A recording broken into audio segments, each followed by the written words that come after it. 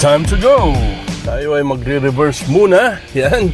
Good morning, good afternoon, good evening sa lahat ng ating podcast on the road episode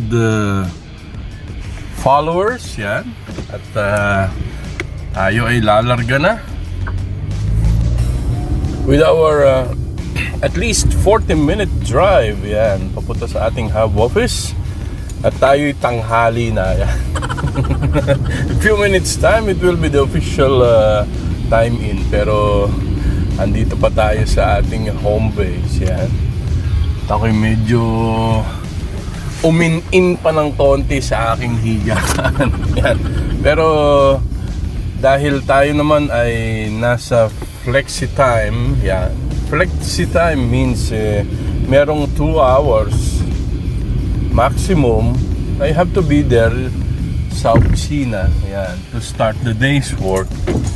At pagkatapos naman ay kinakailangan na i-compensate mo yung iyong lost time, yun, sa umaga. Kasi official time is 6 o'clock in the morning. At ang official off time ay yan, 4:30 in the afternoon. Tayo nga ay mag-spray muna. Yeah. So we are heading to the main road now. At medyo mabagal si Amang. Yan. So ito yung ating usual routine papunta doon sa main road. So today itself is the end of the April. End of the month today, 30th of April 2024. At beforehand na tayo ay mag-start na ating podcast on the road episode, shout out muna tayo sa ating mga friendly friends, yan, sa ating mga supporters, sa mga avid listeners ng ating podcast on the road episode since we started through audio platform way back how many years ago? Maybe, yes, since 2017 yung ating initial podcast. That from then on hanggang sa umabot na tayo dito sa YouTube platform, kung saan meron na tayong actual na videos ng ating mga journey to the home base and journey to the hub office. Yan. At ito ay nasa ating podcast on the road episode playlist. Yan. Unanahin natin na syempre ang aking brother dear. Shout out sa iyo, Engineer Lito Cruz from Manama Kingdom of Bahrain. Yan. Shout out din kay Master Bear, of course, ang aking Lodi. Dito yan. Architect Bear Miranda Futol from SKPG Qatar. Yan. Si Master Ken Phony, of course. Yan. And of course, Master Marlon Duran of Duran Visualization. Yan. Sa ating mga kaberks dyan sa SKPG. Yan. Shoutout sa inyo, Derek Termulo. Yan. Joshua Salamante. Shoutout din kay Master Wensi Wendell Coronado. Yan. Kay Kiko Fernando. Yan. At marami pang iba. Yan, sa lahat ng nakikinig sa ating podcast on the road while they're working. Siyempre, sabi nga ni Joshua Salamante before, sabi niya, I was listening to the podcast on the road episode kahit nasa YouTube ito habang ako'y nagtatrabaho, sabi niya. And so he's getting some enlightenment and inspiration from the podcast. So maraming salamat po sa inyo. At hopefully that we will be able to continually deliver various topics through the podcast on the road episode. At tayo ay magsisimula muli ng panibagong topic for today. Yan. Habang tayo ay nandito sa biyahe, yan. Yung mga nagtatanong, how it came up yung podcast on the road episode. Actually, this topic itself we have for today is relevant to the beginning, the history, the source, and the Kickstarter of the Podcast on the Road episode. At I couldn't believe myself na we will reach this platform na meron na tayong tinatawag na Podcast on the Road episode playlist sa aking YouTube channel. Yan. At to have a YouTube channel actually is not in the plan. Pero thanks to everyone who push it through. Ayan, sa lahat na nagbigay ng inspiration para gawin itong YouTube channel na ito. Yeah, once again, this is Architect Chris at tayo ay magsisimula na ng isang Podcast on the Road episode. Yan. We supposed to have this episode at the beginning, pero siyempre mas maganda yung nasa ilang series of episode na tayo. So to have some interesting point na saan ba nagsimula ang Podcast on the Road episodes. Yan. So actually it was way back, I think March of 2017. At ako ay merong isang mobile phone that time. Yun is Samsung Note 3 na purchase ko way back 2013. Yeah. Ngayon, itong si Samsung Note 3 ay maganda yung features niya. Meron siyang S Pen, nakakapag-screenshot siya, tapos nakakapag-note ka, nakakapag-doodles ka. Yan. Doodles nga ba yan? Yan. Kala ko noodles. Yan. Pag-doodles, yan. Tapos pwede ka mag-edit ng mga photos and articles. Yan. So, meron pala siyang voice recorder. Yun. Ngayon, naisip ko one time, voice recorder. Pwede pala itong gamitin sa mga meeting. So, sa mga meeting ko siya ginagamit actually para magkaroon ako ng reference kapag naggagawa ako ng minutes of meeting. So, at least in addition doon sa mga sinusulat ko na pinag-usapan sa meeting, so nandyan yung aking recorder at the background para mai-confirm yung mga naisulat ko at wala akong ma-miss out na discussion. Yeah. So it all started with that, and one day I was browsing my phone and I come to notice na may mga recordings pala dito. Ayun. So may mga recordings, pinlay ako, ganito. And one day, habang ako ay palabas doon sa school where I drop my kids in the morning, kasi nung time na yun, ang aking schedule ay 8 to 4, ayan, 6 days a week. Ngayon kasi ang schedule natin is 6 to 4:30, talagang mahaba yung working time natin ngayon. Tapos 6 days a week din. Ayan. Siyempre, hinahanap din natin before yung shorter working time. Kaya lang, syempre naman ito yung tinatawag nating Call of Duty. Yeah. Hindi yung game na tayo nagbabarilan. Call of Duty means ito yung hinihingi ng iyong trabaho. Ito yung kinakailangan mong ibigay dun sa ating trabaho. Ayan, at ito'y kasama sa bayad, sa madalit sabi. Ayan. So, moving on with our Throwback Tuesday. Di ba? Throwback Thursday, di ba? Tayo ay nag-Throwback Tuesday para sa ating Podcast on the Road. Ayan. So, that was 2017. That was March of 2017. At meron ako nung nabiling phone holder.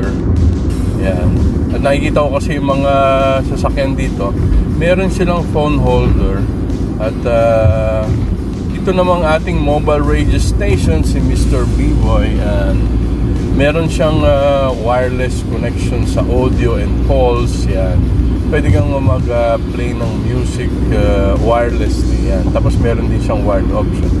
Sabi ko, maganda siguro kung meron dito ang aking sasakyan, phone holder para at least hindi ko na kukunin sa bulsa ng aking pantalon yung aking mobile phone whenever someone is calling or whenever I need to call someone, kasi meron naman tong Bluetooth connection, meron naman tong wireless connectivity. So nung morning ng I think that was a Sunday, couldn't remember the exact date, but that was March of 2017. Grabe yung traffic dun sa sa school up to the main road. So meron dong 1 kilometer stretch mula dun sa school areas papunta dun sa may roundabout ng Ain College area. At grabe talaga yung traffic dyan. Araw-araw talaga yung traffic na yan, kasi nga 2 lanes lang siya. At yung volume ng traffic galing dun sa mga school areas talagang bongga yun, kasi ang daming naghahatid ng mga bata dun. At 3 yung major school doon, yung Philippine International School Qatar, yun yung para sa mga Pilipino at mga anak ng Pilipino, half Filipino. Yun. Meron ding mga purebred na ibang lahi na doon sila nakakuha ng slot during the time na kinakailangan nilang pumasok sa school. Yan. Kasi dito inaalaw yung mga naka-family status, pero the government itself is making sure that the kids will be educated. Yan. Hindi po pwedeng nandito yung mga bata tapos hindi sila nag-aaral. Yun. So, yun ang tinitrace talaga ng Ministry of Education yan. And there are a lot of occasions wherein yung mga kakilala ko, nagkaroon sila ng konting problema sa records, kaya ang mga bata ay hindi nakapag-aral ng within the same required school year. Ayan. Kasi halimbawa, ang bata ay nag-reach na siya ng age ng 4 to 5, expectedly meron ng papasok na school records yan sa Ministry of Education. Kapag wala sila nakitang records dyan ng bata na ito ay pumasok sa any school dito yan sa ating location in the middle of the medium-sized desert yan, tatawag sila dun sa parents ng bata to remind them that as per the records yan, walang traces or evidence na na-register sa kahit anong school yung iyong anak para mag-aaral and so forth. So parang ganon. So yun yung reason kung bakit tayo ay naghahatid dun sa school. Ayan. At nag-umpisa ng podcast on the road episode. Yan. So dahil sa dami nga ng mga sasakyan na yan, traffic talaga yan. At sabi ko, try ko nga itong recorder neto. Ayan. So I started to open the app at nag-record ako doon. Tapos ang background music na available sa aking USB MP3 yan, is somehow instrumental songs. At parang ano yata yung Ballad for Adeline. It's a piano instrumental music yan, Ballad for Adeline. Narinig na natin to sa mga telenovela, sa mga dula sa radyo yan, sa Lovingly Yours Helen, pa yung spoof ni Joey De Leon na Helen Bola yan. So yun yung first background. At ako nagmonologue sa aking Samsung Galaxy Note 3 na recorder. Ayan. At yun, piniplay ko siya. At after some time, doon na nagsimula yung yung continuation, yung free flow ng ideas, ng free flow ng kwentuhan, yan, ng discussion sa podcast on the road episode, hanggang sa na-share ko to one time dun sa isang GC, yan, SketchUp Pinoy Global admins at sabi ko, kinig muna kayo ng radyo. Tapos sabi nga nila, hindi namin alam na ito pala yung boses mo. So that was the time that people started to know my voice. Yan. Ordinaryong boses lang naman to. There's nothing special about it. Pero kasi nga, sabi nga ng isang Facebook friend ko na I knew him from the SketchUp group since 2015. Nung meron ako na-share na post about doon sa hibernate mode, yun.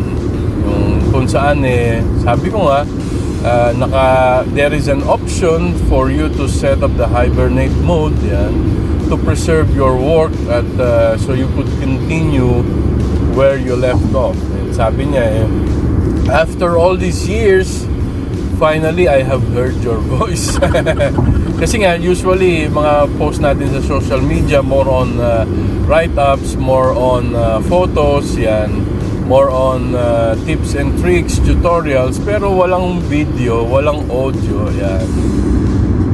Hanggang sa na tayo ng confidence natin at naging relax na yung paggawa natin ng pag-conduct natin ng podcast on the road episode. Hanggang sa dumating yung point na nagkakaroon na ng mga trending items sa social media. So ito din yung naging interesting point kung saan it's another podcast on the road episode for today, parang gano'n. Tapos yung mga personal experiences, yan, yung mga inquiries tungkol sa mga bagay-bagay, yan, to which meron tayong maibibigay na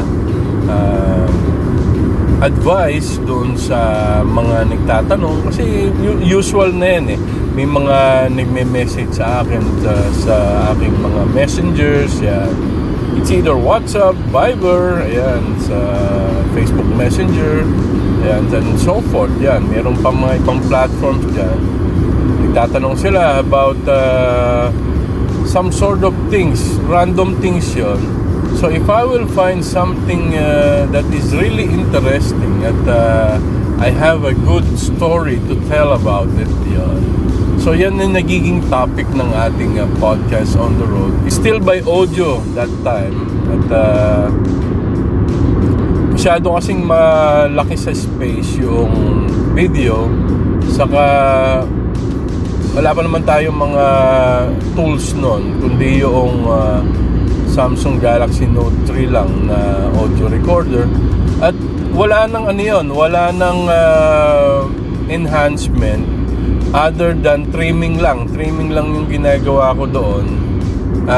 Siyempre yung iba na naging podcast on the road episode na mga audio format, ayan, medyo hindi pa ganun ka seamless yung trimming. Saka marami pang spoof nung una, marami pang mga take 1, take 2, ayan. But na-realize mo una kasi dire-diretso yun. Tapos kapag nagkaroon ng error, yan, na nga natin to si Amang, yan, at tayo hahaponin sa iyo dyan.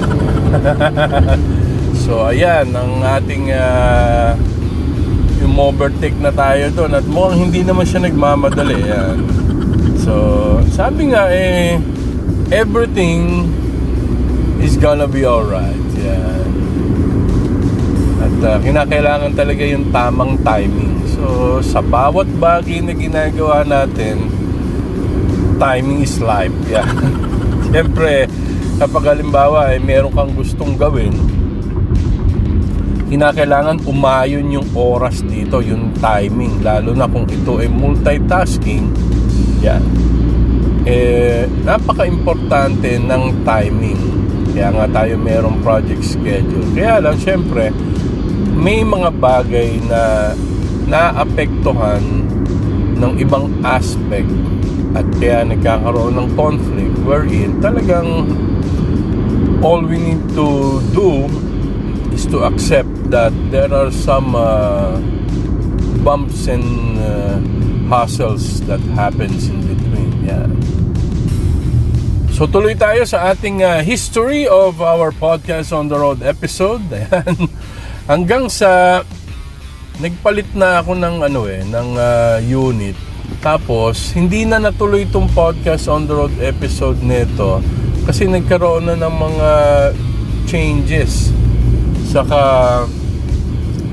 naging occasional na lang yung mga episode dahil sa maraming iniisip sa trabaho, mga ganon. So yung mga topics ay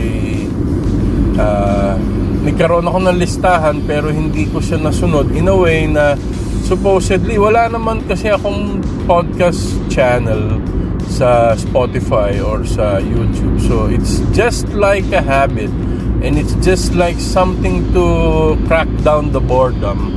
Kasi imaginein mo 40 minutes yung ating biyahe at least.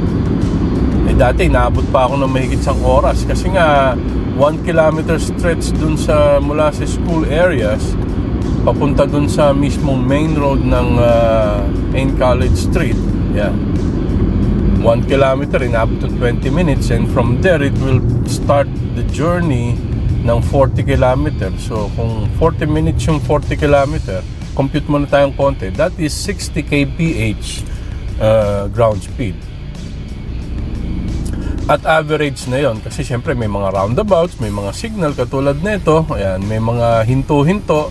So yung time na tayo ay nasa isang open road, yan, na malayo yung signal. So pwede tayong tumakbo ng maximum hanggang dun sa road speed limit. Yun, kung 80 man yan or 100 yan or 120.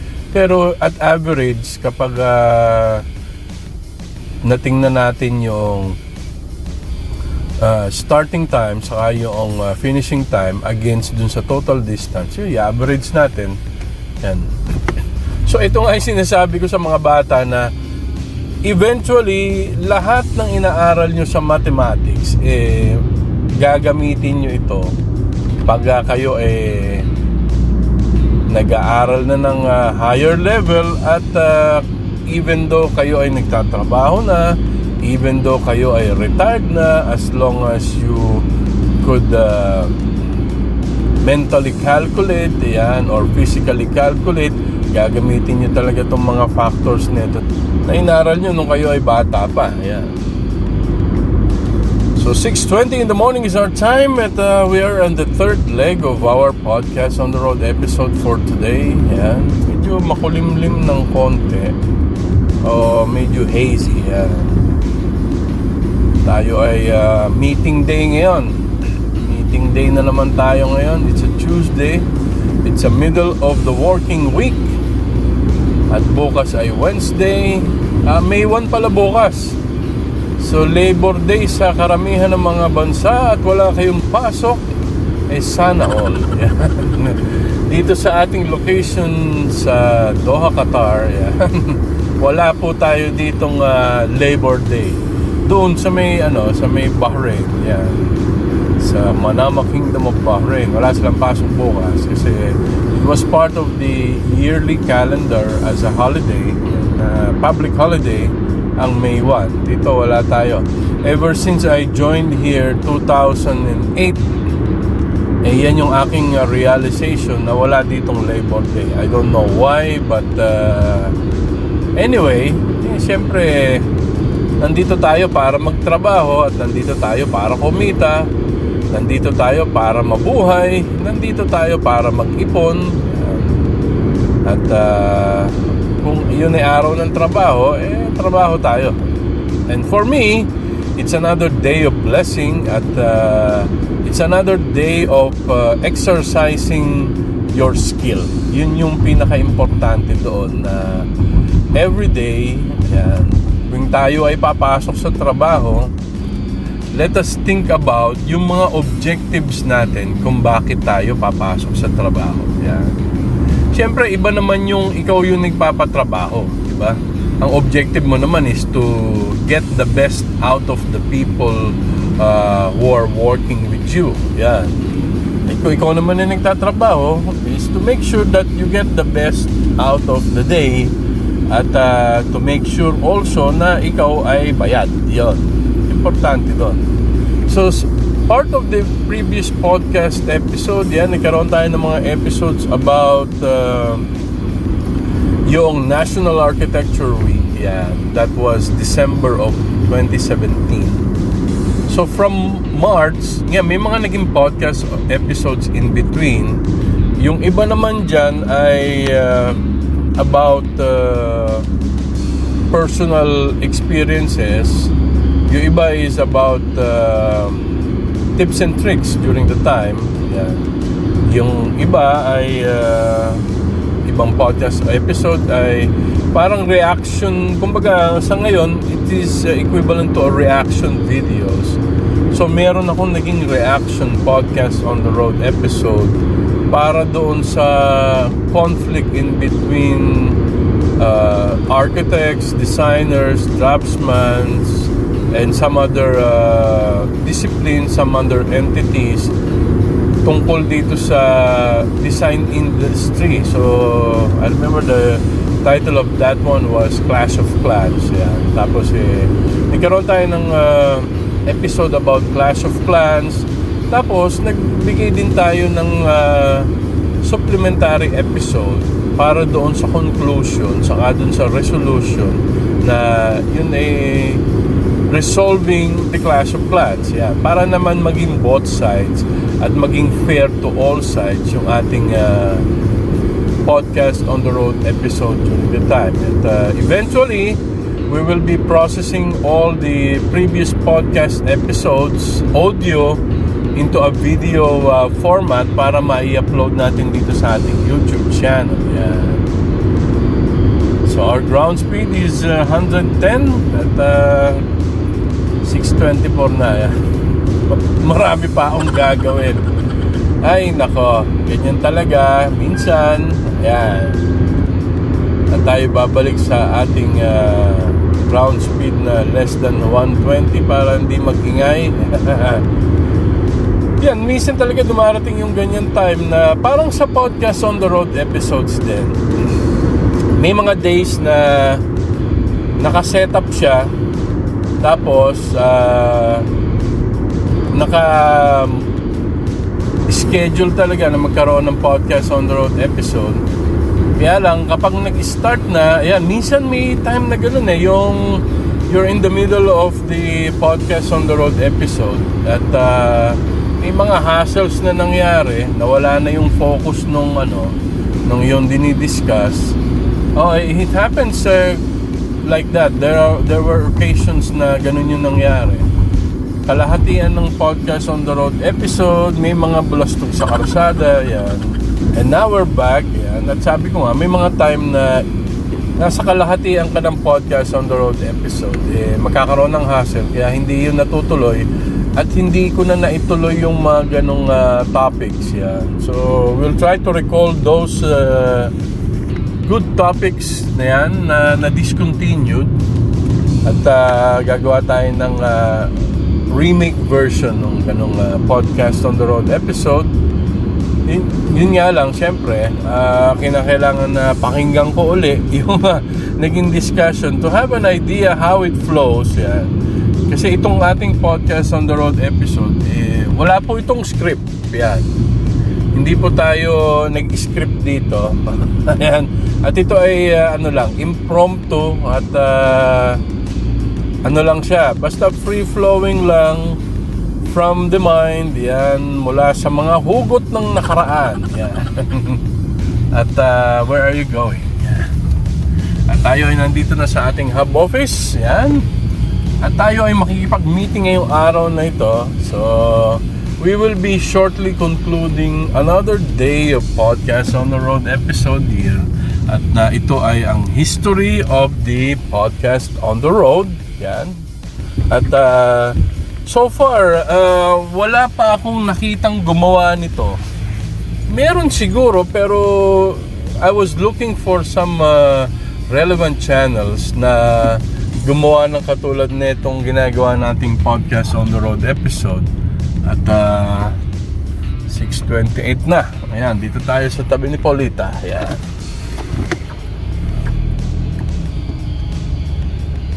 Yun.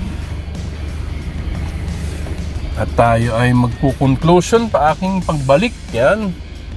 Pupunta muna ako dun saglit.